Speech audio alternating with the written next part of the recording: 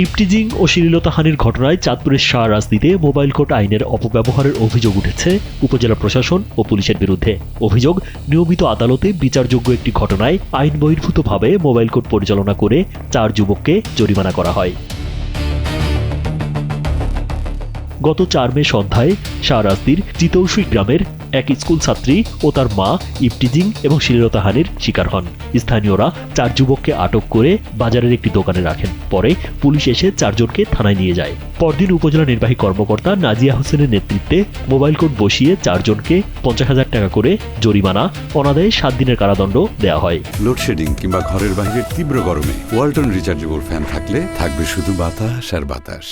Police শপথ করার পরে পুলিশ থানাতে নিয়ে নিছে। থানাতে নেওয়ার পরে ওইখানে 40 গণ্যমান্য লোকগুলো ওইখানে বিচার আচার হয়েছে।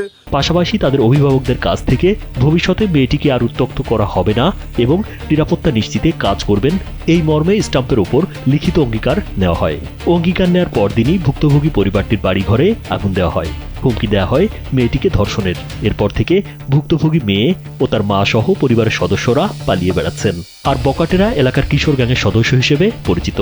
হওয়ার পরে টিউনো মহাদের কাছে নিচে নেওয়ার পরে মহব্বত মূর্খ মানুষ ওনাকে যে একটা কাগজ দিছে, এটা হলো বাদ হলো মহব্বত, কিন্তু আছে নজরুল।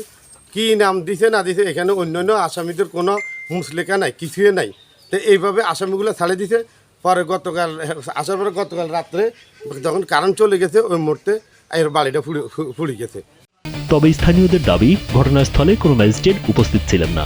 পুলিশ রাতভর থানায় আটকে রেখে পরদিন অভিযুক্তদের ইউএনও কার্যালয়ে নেয়। এমনকি অভিযুক্তদের অভিভাবকদের কাছ থেকে নেওয়া মুসলেকাতেও শ্লীলতাহানির বিষয়টি উল্লেখ রয়েছে। 4 তারিখে কিছু সংখ্যক পোলাপান এই অস্ত্র বাড়িতে এসে মা বোনদেরকে গালিগালাজ করছে এবং অশ্লীল ভাষা ব্যবহার করছে এবং একটা মেয়ে সংক্রান্ত ব্যাপারে বিভিন্ন রকমের কটূক্তিমূলক কথাবার্তা ভাষা ব্যবহার করেছে। ভুক্তভোগী ছাত্রীর বাবা অভিযোগ করেন, বিচার চাওয়ায় উল্টো তাদের বাড়িতে হামলা ও অগ্নিসংযোগ করা হয়েছে। তিনি জানান, ইভটিজিং করে 2 লাখ টাকা জরিমানা দিয়েছি, এবার ধর্ষণ করে 5 লাখ টাকা জরিমানা দেব, এমন হুমকি দিয়ে গেছে দুর্বৃত্তরা। শাহরাস্তি থানায় যখন গেলাম, আমার সারা রাত্রে আমাকে ঘুরাই রাত 4টা বাজে আমার মামলা নেওয়ার পরে আমি বললাম যে স্যার আসামি কখন কোর্টে প্রেরণ করবেন? তখন বললো সকাল 10টা বাজে আমি আসামি প্রেরণ করব। সকাল 10টায় যখন আমি আমার মেয়েকে নিয়ে যাওয়ার পরে আমাকে বলে যে টিউনু মহতার কাছে তোমার আসামি নেওয়া নইব। ওইখানে যাওয়ার পরে যে নেতাকর্মীগুলোর কারণে আমি আমার মেয়ের ন্যায্য বিচারটা পাইনি। ওই ন্যায্য বিচারের কারণে আজকে আমার বাড়িতে এই অবস্থা। আমার নাম হলো মহব্বত, আমার নাম না ওঠে বিবাদী নাম ওঠে নজরুল। আমার স্বামী আমার ওয়াইফের জামাই বানাই দিয়েছে নজরুলকে, আমার মেয়ের বাপ বানাই দিয়েছে নজরুলকে। ইভেন আমার নামটা বাদ দিয়ে দিয়েছে। ওইখানে আমি যখন চিনুমার সাথে দেখা করতাম যে আমাকে ওইখানে হুমকি ধমকি অনেক নেতা কর্মী ভিতরে ঢুকতে দেন, আমি কাগজটা পর্যন্ত দেখাইতে পারিনি। আমার বাড়ি চলে গেছে। আমি এটা চাই, বাড়ি চাই না, আমার মেয়ের নিরাপত্তা চাই। বকাটে রাকিবুল ইসলামের বাবা রফিকুল ইসলাম জানান, আটক 4 জনের কেউই ঘটনার সঙ্গে জড়িত নয় এবং বিষয়টি উদ্দেশ্য প্রণোদিতভাবে বাড়ানো হয়েছে। তবে বাড়িতে আগুন দেওয়ার অভিযোগ অস্বীকার করে রফিকুল ইসলাম জানান, তাদের পক্ষ থেকে প্রতিপক্ষের ক্ষতি করার কোনো চিন্তা নেই। এটা আমাদের বিষয়ে এই ধরনের কোনো অভিযোগ আমরা এখন পর্যন্ত পাই নাই, কিন্তু সংবাদ সম্মেলনও করছে বা এরা হয়তো আইডিয়া করছে যে যার করে জরিমানা করছে বা করছে এরা করতে পারে বা করবে, এই ধরনের একটা দিছে আর কি। কিন্তু আমরা এটার প্রতিপক্ষে বা ভাবে কোনো অভিযোগ বা কোনো কিছু এই ধরনের কোনো কিছু আমাদের নজরে আসে না। এ বিষয়ে ওসি মি মাহবুবুর রহমান জানান, ঘটনাস্থলেই মোবাইল কোর্ট বসিয়ে বিচার করা হয়েছে।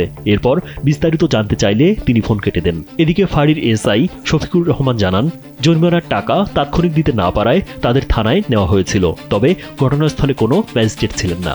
এমন প্রশ্ন উঠলে তিনি বিষয়টি নিয়ে ওসির সঙ্গে কথা বলতে বলে ফোন কেটে দেন। আমাদের পরে জরিমানা হয়েছে না, জরিমানা নেওয়ার জন্য নিতে, জরিমানা তো তাৎক্ষণিক দিতে পারে নাই। জরিমানা টাকা তারা 800 টাকা ম্যানেজ করছে, তারপরে ইউনো স্যার থেকে মুছে লেখা নিছে, তারপরে নিয়ে গেছে।